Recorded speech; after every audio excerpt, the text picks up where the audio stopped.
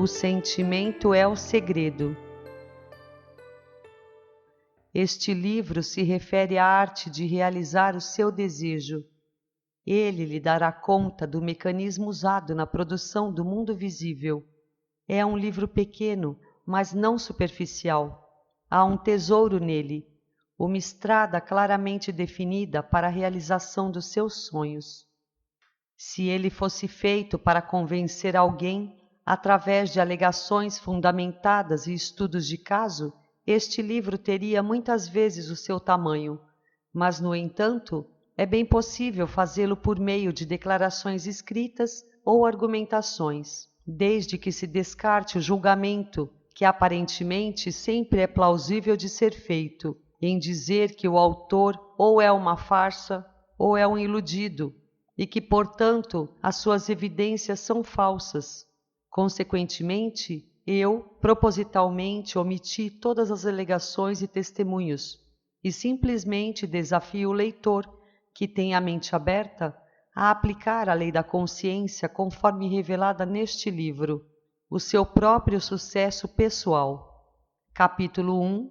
A lei e sua operação.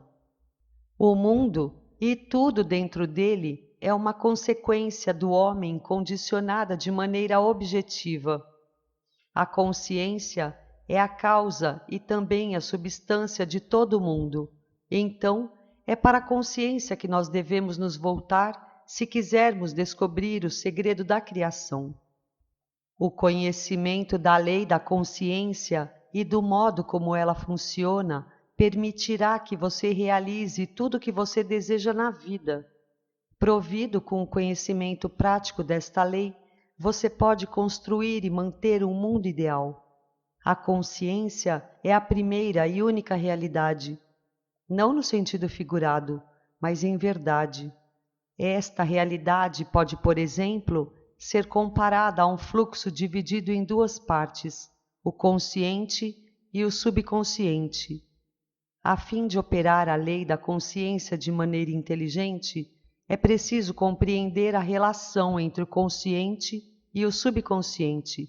O consciente é o aspecto pessoal e seletivo. O subconsciente é o aspecto impessoal e não seletivo. O consciente é o reino dos efeitos, enquanto o subconsciente é o reino das causas. Estes dois aspectos da consciência são as divisões masculinas e femininas da mente. O consciente é representado como masculino, o subconsciente como feminino. O consciente gera as ideias e ele impressiona essas ideias no subconsciente. O subconsciente as recebe e a elas dá forma e expressão. A partir desta lei, conceber primeiro uma ideia para depois impressioná-la no subconsciente. Todas as coisas se desenvolvem através da consciência, e sem esta sequência, nada do que existe teria sido criado. O consciente impressiona o subconsciente, enquanto o subconsciente expressa tudo o que é impresso sobre ele. O subconsciente não origina ideias, mas assume aquelas as quais a mente consciente admite como verdade, e de uma maneira só conhecida por ele, manifesta as ideias aceitas. Portanto, através de seu poder de imaginar e sentir, e com sua liberdade para escolher a ideia que irá entreter, o homem tem controle sobre a criação. O controle do subconsciente é realizado através do controle de suas ideias e sentimentos. O poder da criação está escondido nas profundezas do subconsciente, o aspecto feminino ou o ventre da criação. O subconsciente transcende a razão e não é dependente de indução. Ao contemplar um sentimento, ele o estabelece como um fato existente dentro de si, e sobre esta convicção passa a dar expressão a ele. O processo criativo começa com uma ideia, que segue o seu fluxo na forma de um sentimento e termina em vontade de agir. As ideias são impressionadas no subconsciente por meio do sentimento. Nenhuma ideia pode ser impressionada no subconsciente até que ela seja sentida, porém, Uma vez sentida, seja ela boa, má ou indiferente, ela deve ser expressa. O sentimento é o único meio através do qual as ideias são transmitidas para o subconsciente. Portanto, o homem que não controla os seus sentimentos pode facilmente impressionar o subconsciente com estados indesejáveis. Controlar não quer dizer limitar ou suprimir os seus sentimentos, mas sim se autodisciplinar para apenas imaginar e entreter sentimentos que contribuam para a sua felicidade. O controle de suas emoções é de suma importância para se ter uma vida plena e feliz. Nunca entretenha um sentimento indesejável, nem sequer pense hipoteticamente em coisas ruins. Não importa de que forma ou em que situação, não foque na sua imperfeição nem na dos outros. Fazer isso é o mesmo que impressionar o subconsciente com essas limitações. Aquilo que você não deseja para si, não sinta como verdade, nem para você e nem para ninguém. Esta é a maior lei para se ter uma vida plena e feliz. Todo o resto é comentário. Todo sentimento produz uma impressão subconsciente. E a menos que essa impressão seja contrabalanceada por um sentimento mais poderoso, de natureza oposta, ela deve ser expressa. O dominante entre dois sentimentos será expresso. Eu sou saudável é um sentimento mais forte do que eu vou ser saudável. Sentir que eu serei é confessar que eu não sou. Eu sou é mais forte do que eu não sou. Aquilo que você sente que é sempre domina aquilo que você sente que gostaria de ser.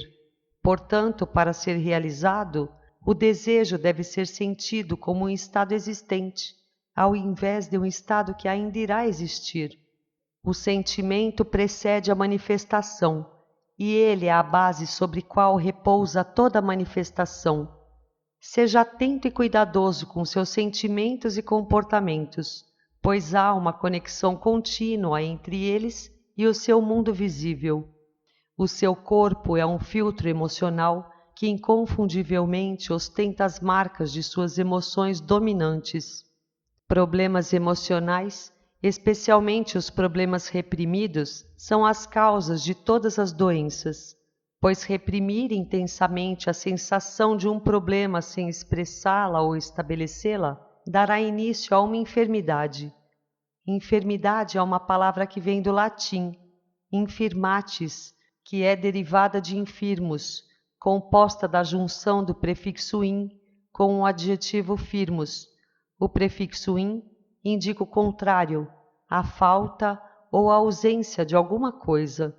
O adjetivo firmus é dado a algo firmado ou estabelecido, que tem consistência, que é constante, estável, seguro ou resistente.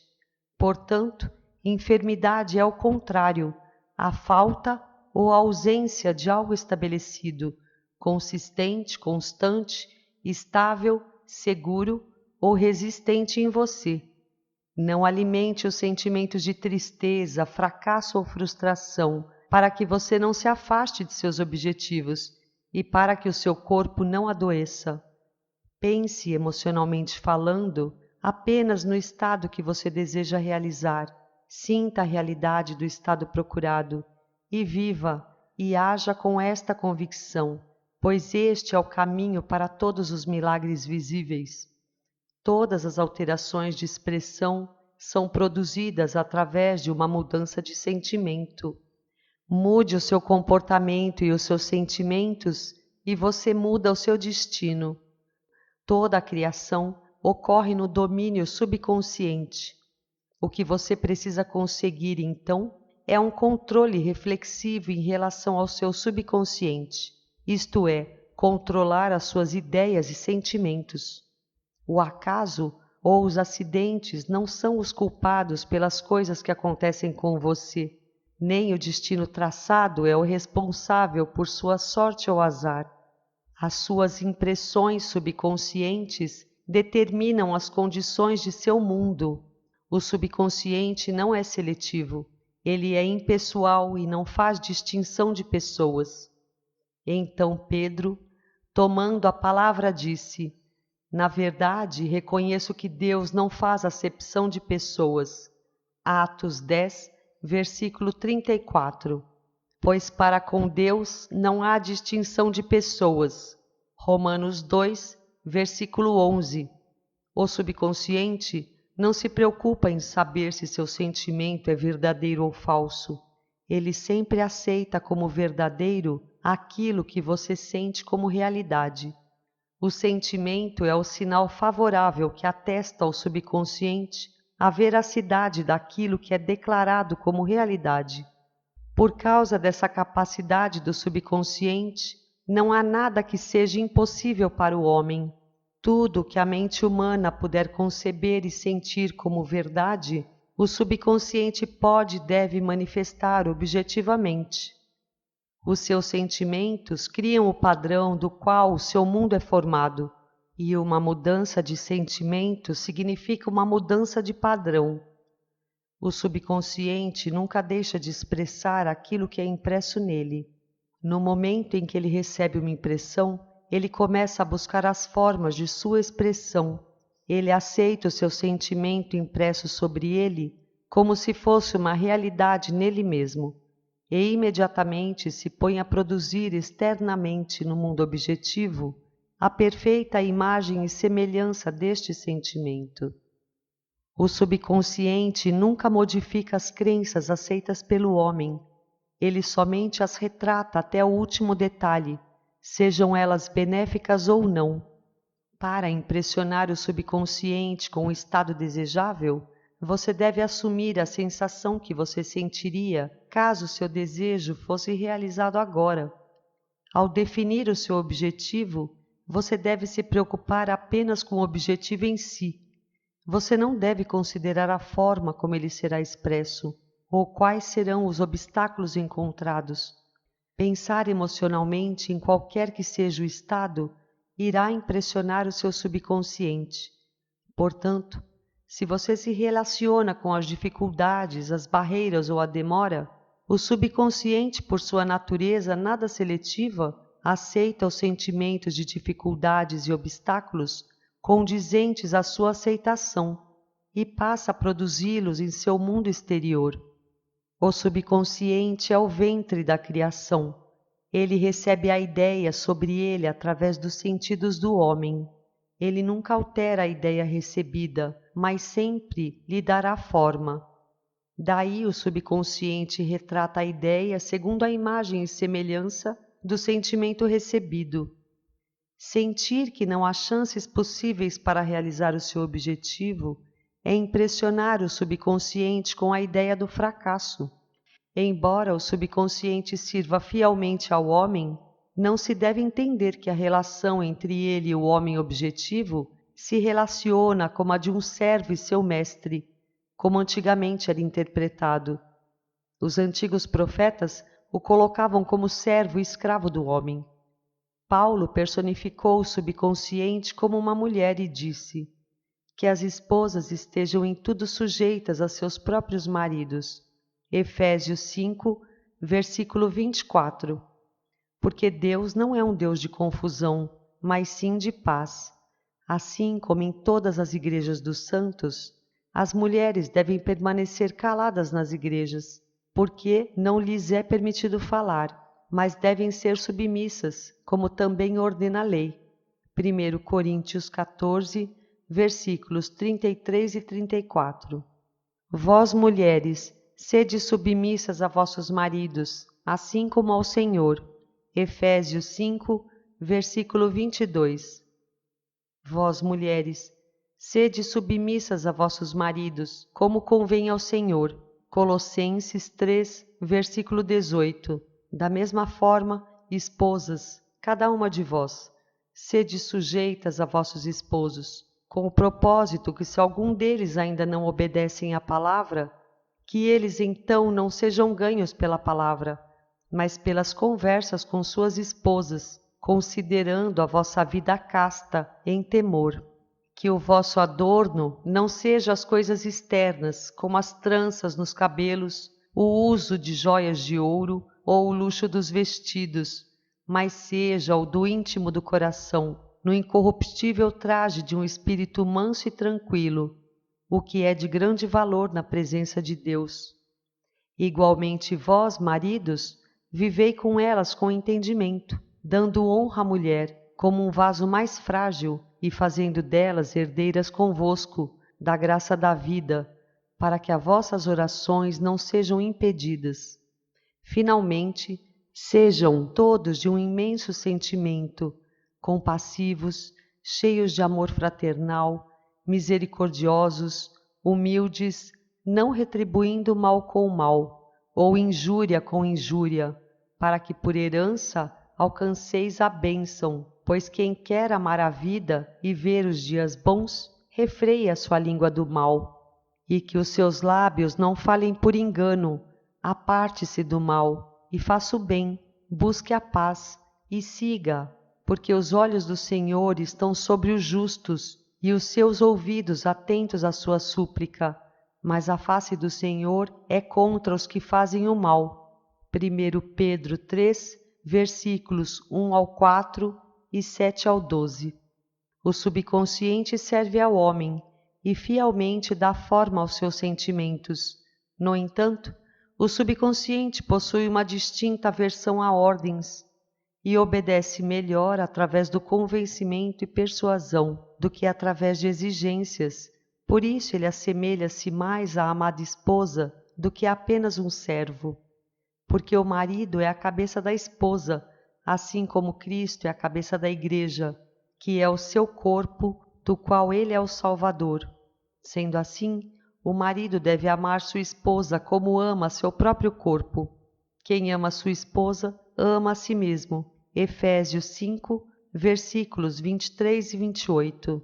O marido é a cabeça da mulher, não se refere como verdade entre o homem e a mulher na sua relação terrena, mas é verdade entre o consciente e o subconsciente, ou os aspectos masculinos e femininos da sua consciência, respectivamente.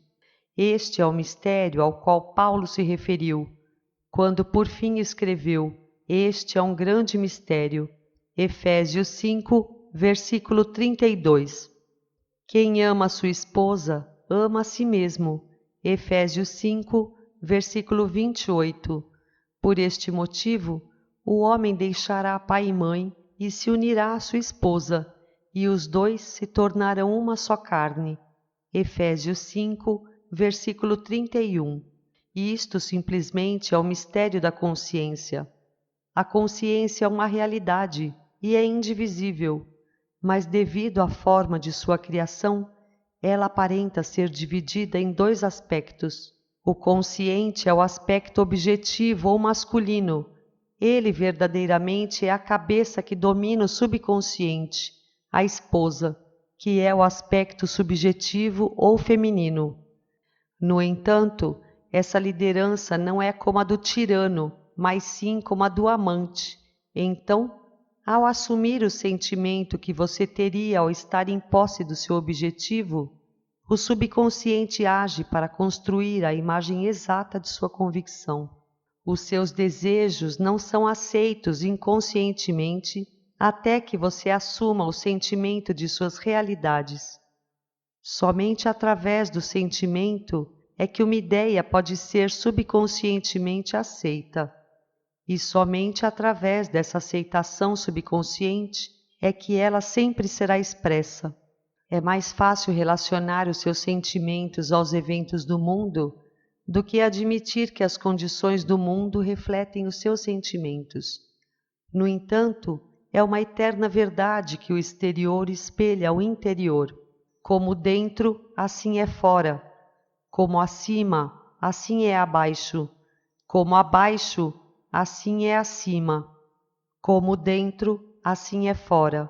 Correspondência, o segundo dos 7 princípios de Hermes Trismegisto. Um homem não pode receber coisa alguma, a não ser que lhe tenha sido dada do céu. João 3, versículo 27. E o reino dos céus está dentro de você. Lucas 17, versículo 21. Nada vem de fora. Todas as coisas vêm de dentro do subconsciente. É impossível ver ou perceber algo que não esteja em sua consciência. O seu mundo é sua consciência objetivada em cada detalhe.